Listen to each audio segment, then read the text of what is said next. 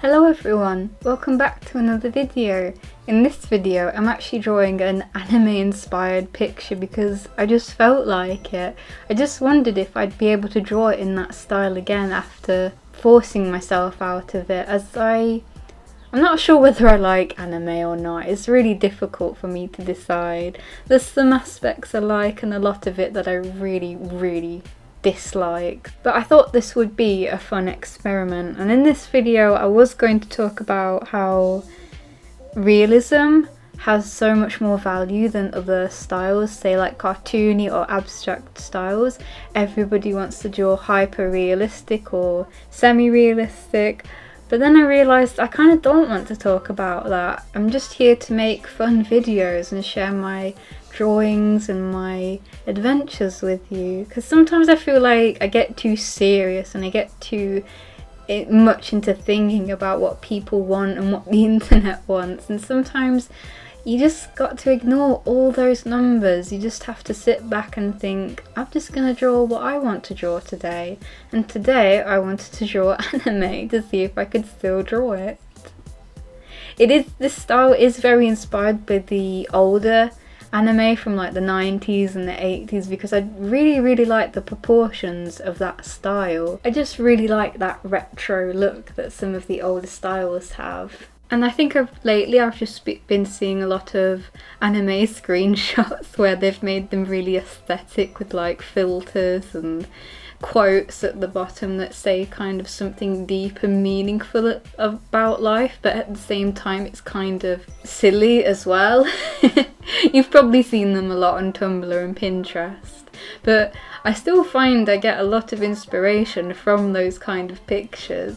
I've seen a couple where it's kind of like a close-up of a bicycle wheel or somebody with a bag of shopping, and you can see the contents of the bag, like water bottles and like a bag of crisps or biscuits. And I think I kind of want to draw stuff like that. It looks really interesting to do all those kind of objects, and these are just from screenshots, but they just seem really cool to me.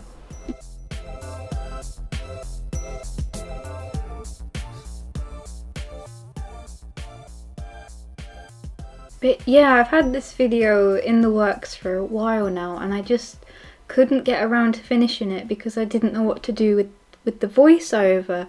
I wanted to be really happy and interested in the subject that I was going to talk about, but I feel I don't want to be super serious or take things too seriously on YouTube, because this is YouTube. Anyone can post anything on here.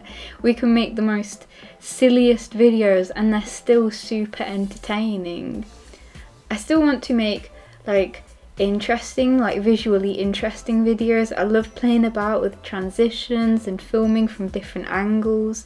Like I love going out with my phone and just being able to grab my phone, go out and just start taking pictures and videos and then putting them together in like a fun mishmash of like what I've seen that day or what I've done. Because when I watch videos, I want to be either entertained and feel good after I've watched it, or I want to come away thinking I've learnt something or got some good advice from a video. I feel there's a lot out there now that kinda is very neutral in the way it makes you feel. There's kind of like a lot of clickbait, a lot of challenges, and some of them are really good, but others kind of leave a bad taste in my mouth afterwards. And I know I've always really struggled with this concept of what actually makes a good video, because there's so much stuff out there that you would think would make a terrible video, but it ends up being really fun and entertaining.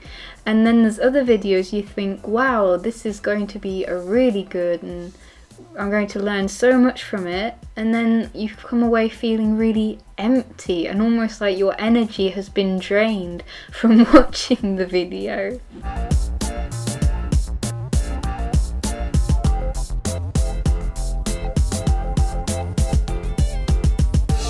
But I'm really interested in your thoughts about what makes a good video or an interesting video.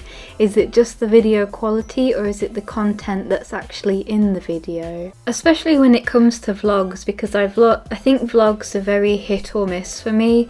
Some of them have been really interesting and entertaining, whereas others are actually so boring. I feel really mean saying that, but some of them are just such a drag to go through, and it's a shame because I quite like the person making it, but they're just really boring. Especially some artist vlogs. A lot of them kind of glorify staying inside all day and never going out, or being stuck at their desk all day, and I don't think that's kind of a healthy thing to promote. I think trying to encourage people to go outside and just enjoying the fresh air and the sun, that's really important. So a lot of them just stay stuck to their desks all day, and it's not fun to watch. That's why I really enjoy sharing my adventures at the old house estates with the National Trust, or when I go to the seaside, or anything where I just go outdoors, even if I just go down for a walk by the lake, because we live near quite a few nice places. And I know myself I should get more out of the house more. I know I stay on social media and the computer way too long, more than I need to, because I know I want to kind of perfect things before I post them online, but nothing's ever going to be perfect enough, so it's best that I just think it's good enough, post it, and then go outside and get some fresh air. I follow some people who limit their time on social media to just about an hour a day, and I think I'd really love to do that. Just be really careful with how much time I'm actually spending just endlessly scrolling through so many meaningless posts and just general rubbish, because there is a lot of rubbish online and a lot of stuff that's just there to aggravate you, irritate you, or just bring you down, and it's important to be able to pull away from that and look outside and think not everybody acts the way they do on social media. I don't want to cut myself off completely from it, because it's such a wonderful tool as well. You know, you're able to connect with people and share your experiences and your artwork. I would have never been able to do the things that I do without having this YouTube channel and without having all of you commenting and supporting my work. I'm really grateful for all that, but I guess what I'm just trying to say is just be careful of social media. It's a very double-edged sword. You just have to find the perfect balance with it.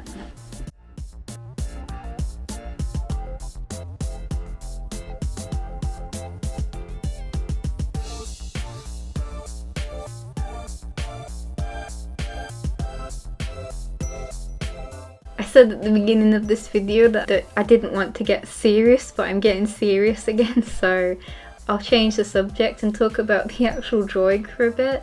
Again, I used watercolour and coloured pencils. I think it's working really well with the way that I want to draw and the kind of illustrations I want to create. I also had a lot of fun drawing and painting that bike with the bread basket on it. That was a lot of fun, and I know I need to stop being so fearful of these types of things. I feel because I haven't practiced enough, I feel when I do try and settle down and draw something more complicated like that it's always going to turn out wrong. But if I don't draw them, I'll never get the practice in anyway. So yeah, I'm glad I managed to actually finish this. But yeah, I am overall quite happy with this piece. The only thing that happened was because I'd re-sketched that image quite a few times, altering the position of the legs and the hands, making sure the anatomy was correct. I'd worn down the paper quite a bit, so the watercolour kind of bled and went a bit fuzzy, but other than that, it turned out quite nice. And I am happy with the finished result. So I hope you enjoyed this video, and I will see you all next time. Bye bye!